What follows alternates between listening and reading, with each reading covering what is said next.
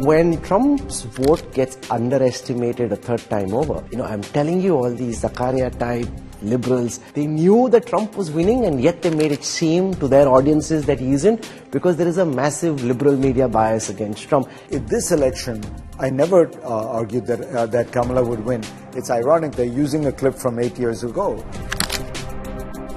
The truth is this election I always said was too close to call. It appears that Trump has won by about 1.5% of the popular vote, which is less than Biden won by, less than Obama won by. It's one of the smaller victories. What do you make of what our viewers should expect from a second Trump presidency? It's a personality more than a program. The lesson he has taken from the first Trump administration is you need people who are absolutely loyal to you. Looked at in a global arc, the results that we've seen over the past several months suggest a massive pushback against incumbents. Where does that place Modi's victory? The first thing fundamentally one has to say is India does not have a two-party system. Anti-incumbency vote often got divided between 2 or 3 major parties. He has somehow managed to maintain the sense of trust, somebody who came from outside the world of political elites. Biggest question in the world right now is what is likely to happen over the next 4 years with Donald Trump in the helm. While we have these very colorful changes in America, Clinton to Bush to Obama to Trump to Biden, US policy toward India for the last 25 years has been remarkably consistent and upward moving. Trump has always said he loves Modi, so I think there will be a continuation to create an Asia where you have less dependence on China and greater interdependence with India.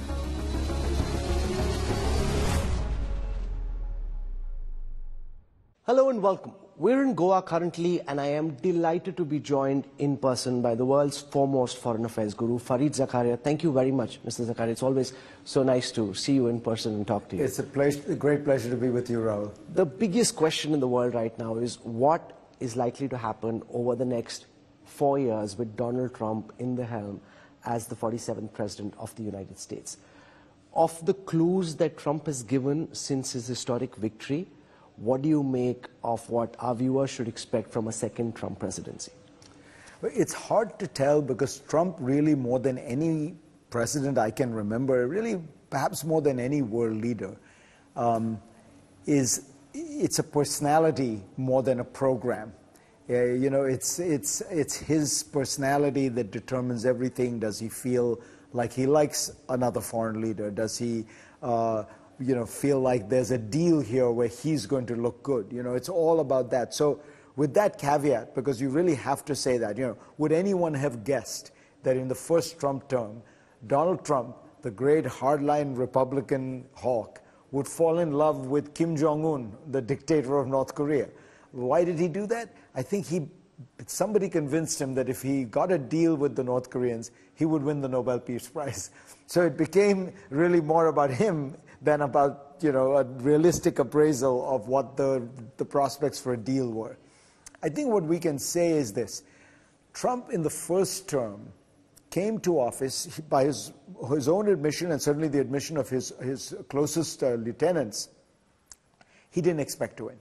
So he comes into office and he essentially takes on the Republican establishment. If you remember, his first chief of staff was Reince Priebus, the head of the Republican National Committee. He takes on the former CEO of Exxon as his Secretary of State, Rex Tillerson, because he thought he knew the world, things like that. That is not what Trump 2 is going to be. Trump has realized that all those people were not ultimately loyal to him. He appointed a lot of generals in the first Trump term. And I think he discovered that those generals, when he would order them to do something, if they believed it was not in the Constitution, not legal, or maybe even violated certain ethical codes, they wouldn't do it. So it seems to me that the lesson he has taken from the first Trump administration is you need people who are absolutely loyal to you and whose loyalty would not make them question your directives, even if they are ethical concerns they have or constitutional concerns. So at one level, it's a little worrying, but it tells you who you're getting. This is going to be a much more full-throated Trumpian group. And what do we know about the appointments he's made? Marco Rubio is a very talented politician. The National Security Advisor, again, a serious guy who has foreign policy experience. They're both very hawkish on China. And I think that in general, what you'd have to guess from what you're seeing is that there will be a pretty tough policy on China. And you know, what's also happened is there's been a broad shift over the last 10 years in the United States in the kind of strategic elite's perception of China. Because in a classic, you know, pattern in international relations where each side, you know, does one thing which causes the other, they have watched Chinese maneuvers and felt that the Chinese are essentially building a military that is designed to defeat the American Navy in Taiwan, designed to really replace the United States as the leading power in the Indo-Pacific. So I think you're going to see a much more hawkish policy on China. Trump has always said he loves Modi, so I think there will be a continuation of the policy toward India. The truth is, while we have these very colorful changes in America, and if you think about it, you went from, you know, Clinton to Bush to Obama to Trump to Biden. U.S. policy toward India for the last 25 years has been remarkably consistent and upward moving. And so I think what you're likely to see with India is the continuation of that upward moving trajectory, closer and closer cooperation, greater and greater determination to create an Asia where you have less dependence on China and greater interdependence with India. There is a conspiracy theory which does the round in society in general, which says that there is a liberal media bias against the likes of Donald Trump. And you may have seen this one video which Elon Musk shared. You feature very briefly in it where you're saying there's no way Trump can win. And when Trump's vote gets underestimated a third time over, they say, you know, I'm telling you, all these Zakaria type liberals, they knew that Trump was winning, and yet they made it seem to their audiences that he isn't, because there is a massive liberal media bias against Trump.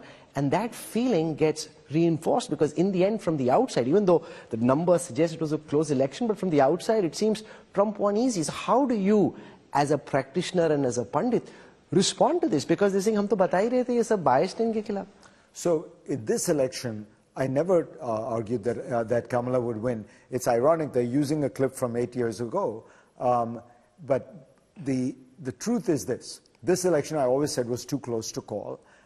Privately, honestly, I did think Trump would win. I thought very narrowly.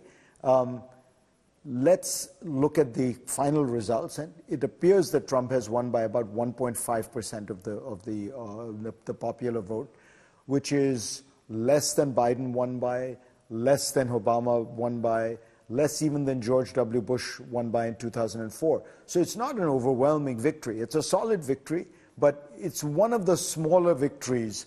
If you tally it on American presidential elections, I think it comes something like 50 out of 60. I think that 2016, I definitely thought Trump would not win, partly because, you know, if you looked at the polls, Hillary Clinton was leading by 7, 8 points. The really interesting question is not that there's a liberal media bias about this. That's silly. It's that there is a persistent problem in polling which is not picking up Trump voters. And there are 2 or 3 reasons why this seems to happen. One is that Trump has upended the political coalitions. He appeals to some people who are new. He turns off some people who used to be reliably Republican. You know, the party has changed so much. It used to be the party of the rich and the upper middle class. It's now the party of the poor and the working class. So in that midst of that, when you're polling and you make these adjustments, because obviously you're polling a sample and then you're trying to adjust, you know, I have too few blacks, I have too many women, and you adjust. In that adjustment, are you missing these shifts that are taking place? The second is that Trump voters seem to be shy. They use that phrase, meaning they are less willing to talk to pollsters. They are less willing to tell pollsters whom they're going to vote for. And in that context, you're getting some underrepresentation. There was a very interesting analysis that was done by somebody, a Republican pollster, who decided to ask the question differently. he said, not whom are you going to vote for, who do you think your neighbors are voting for? And he got a much higher response for Trump than, so in other words, people are saying, I don't want to admit to you that I'm voting for Trump, but all my neighbors are voting for Trump. So maybe there needs to be more clever calculation around this. But I would say that to me, the lesson actually, which is a very healthy lesson, is that polling is a very imperfect science. I mean, when I was getting my PhD in social science, we had to do a lot of this kind of statistical analysis. And I was always conscious of, because what assumptions you make massively affects the, are you assuming that you need to adjust for non-college educated black men? Because it turns out that that's a very significant group who trended a little bit toward Trump. Well, if you didn't make that adjustment, you know, because you can adjust for 1,000 categories. The ones you choose are the ones that determine. So it's a little bit more of a kind of technical problem. Now, I don't want to pretend, by the way, the media is generally liberal. That's true. Just as academia is generally liberal. Just as, by the way, consulting firms are generally liberal. The big divide in America right now is college education. If you have the single strongest predictor of who you voted for in this last 3 elections has been, do you have a college degree or do you not? If you have a college degree, you're much more likely to have voted for Kamala Harris. If you don't have a college degree, you're much more likely to have voted for Donald Trump. So of course, the professions that are, you know, that have lots of people with college degrees are going to skew left. Trump's promises, he wants to make America great again, and part of his pitch is to increase trade tariffs with other countries to the extent of about 20%, which could include India, and 60% he says against China. How much of this is likely to come through? You know, Trump how much of this is maneuvering and posturing, and how much will he actually ram through? You know, Trump is mostly an opportunist and a practical political deal maker. I think that a lot of what he says you have to take with a grain of salt. It's, you know, and so some of his programs will fade away, I think. The one thing about tariffs is, and that general protectionism, is that Trump has held this view forever. For all the other views have come and gone. His first political statement was in 1985 when he was a candidate, when he was a real estate developer. He was a candidate for nothing. He took out a full-page ad in the New York Times, and it was an ad saying the Japanese, in those days, that was the fear, the Japanese were going to take over the world. The Japanese are, you know, are engaging in vicious, unfair trade. We should not be taking this lying down. We should slap tariffs on them. We should do all, you know, all this kind of thing. And by the way, the Europeans are also terrible because they don't pay us enough for our security. So those are the 2 things he's always believed, particularly on tariffs. So it's hard for me to believe that nothing will happen. I mean, this is a guy who's said many, many times that he's going to put 10% tariffs, or sometimes he says 20 on everybody, 60% on China. I think there is an element of threat and bluff, but there will be some tariffs. I think there's no question there'll be some tariffs, and you know, he's singled out India as having very high tariffs, which is true. India is probably the most protectionist large economy in the world today. So as somebody who basically believes that India would do much better with more open trade and would lift many, many people out of poverty if you were to be more integrated into the world economy, I hope that Trump actually has the effect is that he threatens India with tariffs. India decides in response they have to do a deal. Part of the deal is Indian tariffs go down. That would be great. But the overall effect of Trump tariffs will be probably greater protectionism in the world, less trade, less economic interaction, which in the long run is not a great thing. Let's spend a moment on the US-China dynamic. He's threatening 60% tariffs, even if it isn't quite to that extent, it's lesser, but there will be more fragmentation of that equation. How does that impact countries like India? How do you see US-China play out over the next 4 years, particularly looked at from India's lens? Look, for India, this is a golden opportunity. Trump is almost certainly going to put higher tariffs on China than anyone else. Even if they come up with a deal, I think there will be more tariffs on China. But even beyond that, American business in general is on a long de-risking process away from China. If you're an American CEO and you have, your only supplier is China, you are actively seeking to change that. Every American CEO, if you have 70% of your production, you're trying to get it to 50%. So the arrow is only moving in one direction. So far, to be fair, to be honest, India has not benefited that much from it. The major countries that have benefited are Vietnam, Mexico, a little bit Malaysia. India has not yet been able to be the manufacturing powerhouse that could replace China. And I don't have to tell you, there are all kinds of problems, regulatory problems, labor problems, why India is not a manufacturing powerhouse. And it still isn't. There is some hope in some areas. The Apple iPhone production is a very promising sign. But there are all kinds of problems. The simplest one, for example, is because India is so protectionist, a lot of manufacturing is now actually assembly. So you have to import intermediate goods from other countries, and India has very high tariffs on those. So until that's all lowered and regularized, it's hard. But now, if this push gets even further, you're going to need to find scale. Because, you know, if you're going to get your production in China from 100% down to 80%, you can fill that 20% with Vietnam. But if you're going from 100 or 80% now to 40%, you need scale, you need volume. Only India can potentially provide that. So it's a real golden opportunity. And what India should be trying to do is not so much go for the very high-end chips and things like that, because you're going to be able to do one or two signature projects like that. But India is a poor country. It has a per capita GDP of 2,700, 2,800. Where it can excel is in large-scale manufacture of everything, you know, because it has cheap labor, it has land, it has the capacity to organize this all. So if it were to take this opportunity, India can find a way to become a manufacturing powerhouse that it has still not yet been. Looked at in a global arc, the results that we've seen over the past several months suggest a massive pushback against incumbents.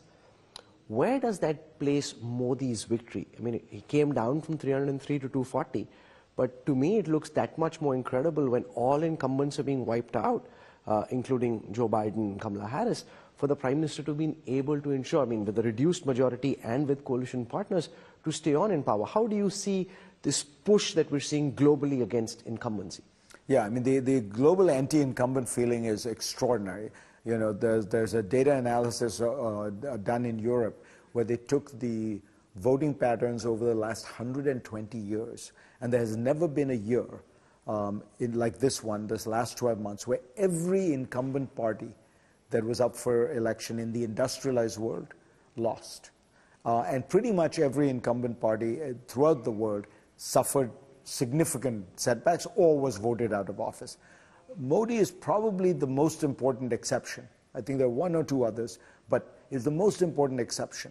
Now, why did it happen? The first thing fundamentally one has to say is India does not have a two-party system. And if there had been a two-party system where every BJP person was up against one non-BJP MP, it is likely that the BJP would have lost power. Because what happened in India is the anti-incumbency vote often got divided between two or three major parties. So that's number one. But the second is, you're right, Modi has bucked the trend because I think he is personally very popular, even though there's a feeling of, you know, anti-incumbency, things have been too chaotic, inflation was high, COVID was not handled well. He has somehow managed to maintain the sense of trust and connection with the Indian people. And it's because at the end of the day, Modi is still seen by Indians as something of an outsider. You know, he's seen as somebody who came from outside the world of political elites, and which is true. He is really, in many ways, the first genuine outsider to become Prime Minister of India. And that, you know, it's a testament to his skill that despite being Prime Minister for 10 years, he's still viewed that way. But that, I think, is the key to the places where you have seen success. So if you look at the United States over the last 20 years, there have been two figures who have dominated American politics, Barack Obama and Donald Trump. They're totally different except in one respect. They're both outsiders to the political system. Looked at from the outside, what are you making of Modi 3.0? We look at it from inside and very closely, but when you zoom out and see from your perch, How are you seeing Modi 3.0 being different from what we've seen the past 10 years? The most interesting thing, which was sort of predictable, I suppose, is that you see a renewed determination and emphasis on getting the politics right. I think Modi viewed the dramatic loss of his majority as a wake-up call. So if you look at the various state elections, the BJP is utterly organized, determined, driven. They're outspending the opposition by even more. I mean, maybe they were outspending them by 5-1. Now they're outspending them by 10-1. So you see the political determination of Modi coming through very strongly. But in policy terms, actually, what I'm struck by is the continuity. Modi is, doubling down on the growth agenda. He is continuing to try to push infrastructure, all those things. So, which is actually very welcome, because I think what you're seeing is a much greater sense that, there's not the elections did not result in him saying, okay, I'm going to abandon all this because it might be disruptive, or I'm going to entirely go to pandering, populist politics of giving away freebies. It's not that. There is a real growth agenda, and I think India benefits from it. On the social side, in terms of Muslims, minorities, rule of law, judiciary, again, I don't see much change one way or the other. So in a way, with Modi, you see what you get, and people who are hoping you'll get a softer, gentler Modi on issues like minorities. I don't see that, but I don't see any. He seems to have a formed view politically in that way, and it's playing out. For the past 4.5 years, the Indian and the Chinese armies were eyeball to eyeball along the line of actual control. And then before the Kazan SCO summit, the PLA announced that it would pull back. The Indians had held their ground, and when I speak to officials in the Ministry of Defense and the Ministry of External Affairs, they can't quite explain why the PLA agreed to pull back. I mean, they say we don't even know why they came in. We just held our ground, did what we had to, stood firm, and now they're going back, and thank God for that. Looked at from your lens, why do you think Xi Jinping, because I don't think the PLA could have taken the decision on their own, why do you think Xi Jinping has chosen to improve relations with India at this juncture? It's a very good question. Nobody really knows the answer. As you say, nobody really understood why the PLA pushed in the Himalayas as they did in the first place. So one has to get, because the puzzle is this, Rahul, which is Xi Jinping has had a more aggressive policy, foreign policy, since he came into power. But it was mostly directed at staunch allies of the United States or the United States itself. US, Australia, Taiwan, those were the areas. But he also, you saw this incursion in India. There's a part of me that thinks there is something going on in that area, which is in the conception of the hardliners in Beijing, is vital to their national security or to their sense of national unity. Remember, this idea of national unity is very important for the Chinese. And the area, as you know, is essentially part of Tibet, and Tibet is part of their conception of, the unity of China is centrally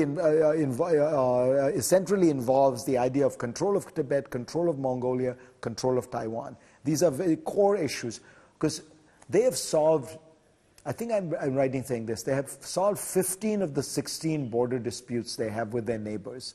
The one they have not solved is India. So there's some issue that for them is very sensitive. And so I think what happened in the incursion in the first place is it might have been some misunderstanding or miscalculation. The local commanders went forward, but they were not willing to pull back. They were not willing to compromise. They were not willing to. Now, why has he changed?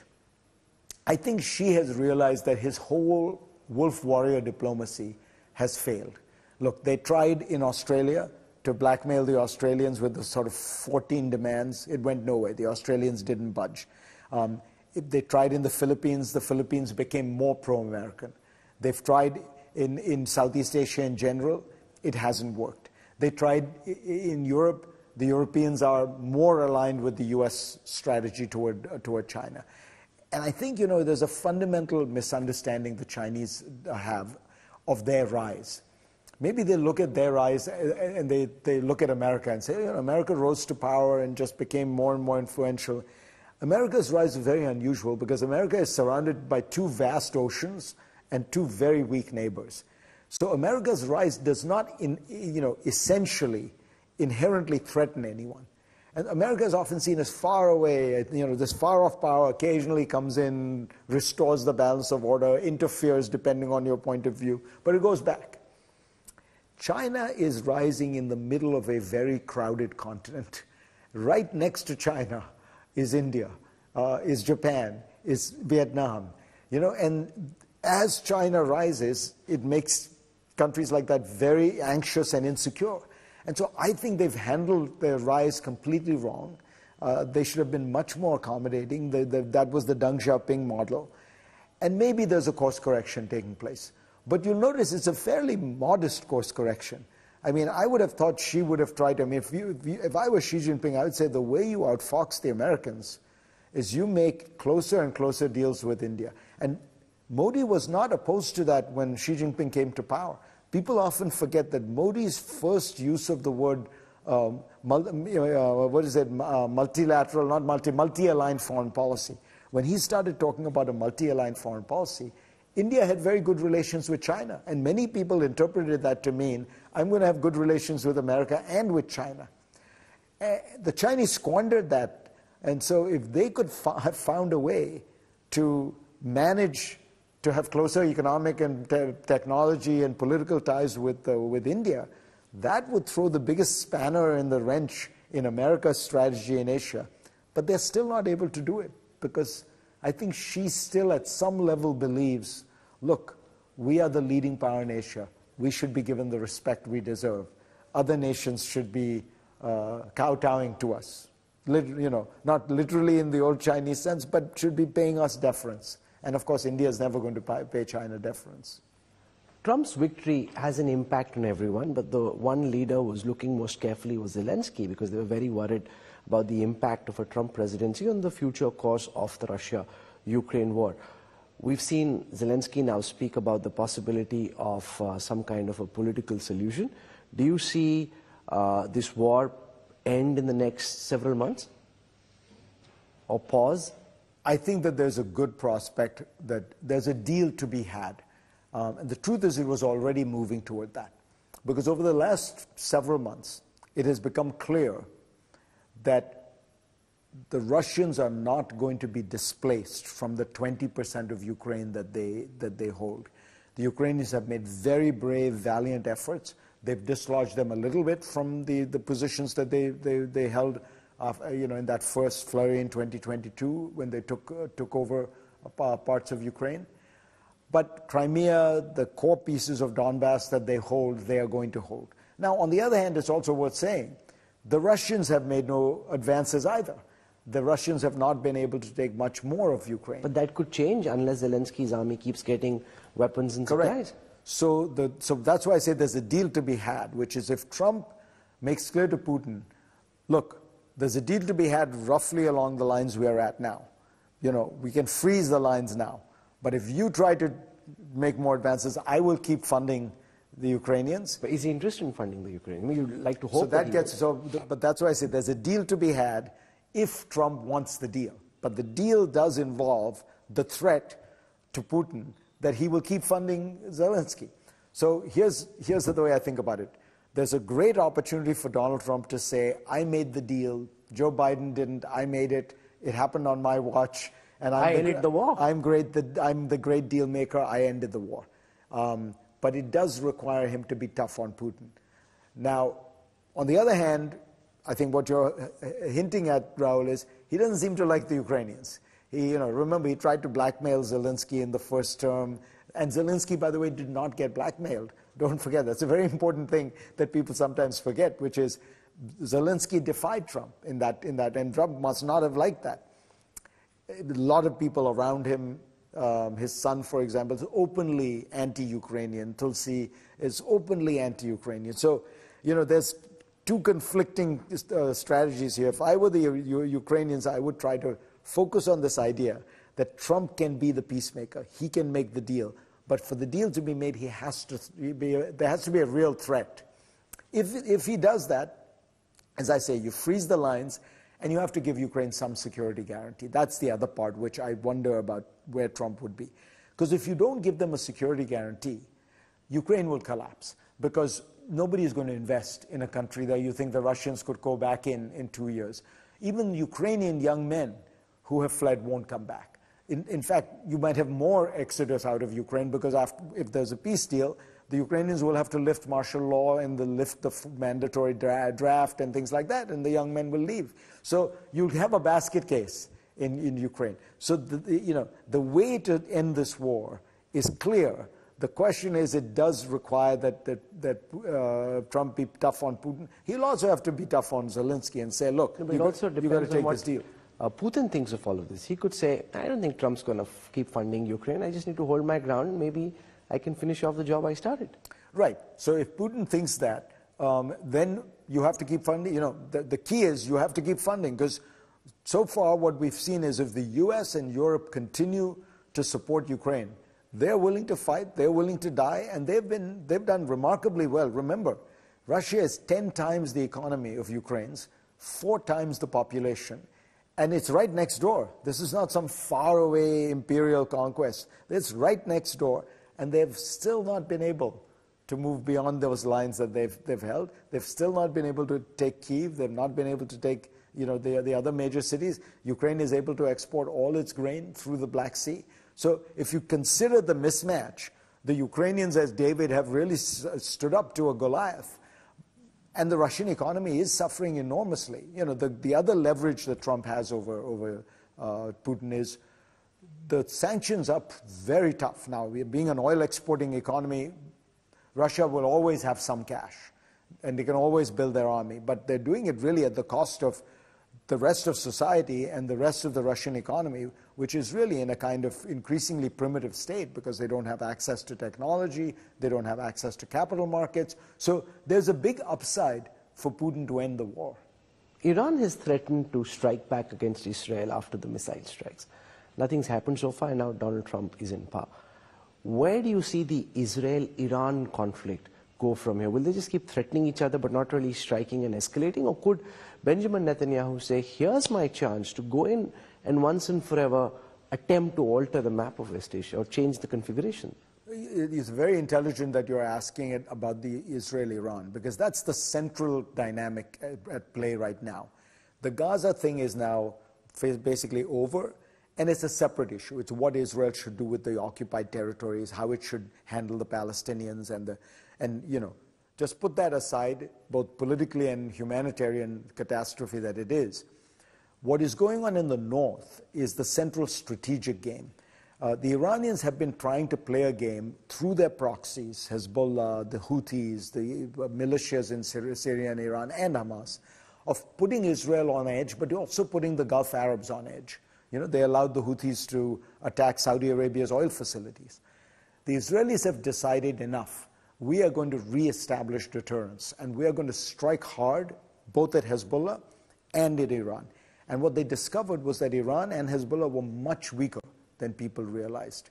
And they have, I think, very effectively reestablished deterrence, where they've destroyed Hezbollah to a large extent militarily, though politically it remains a very powerful organization. And what they've shown and they've exposed is that Iran is a paper tiger. They've now destroyed all of Iran's air defenses. All, by the way, Russian-built air defenses. And India, please take note. The value of Russian kit is not very high these days. They were able to, in a few hours, destroy the entire Russian-built Iranian air defenses. So Iran is now naked. I think Israel is happy with where things are now, because what they're, in a sense, saying to Iran is, you do something else. You take more provocative moves. One of your proxies strikes us again, and we can destroy your military facilities, your cities, your nuclear research labs. So in a way, it's up to the Iranians. And the Iranians have said they're going to strike back at Israel. But they've said it a while ago. They haven't done anything yet.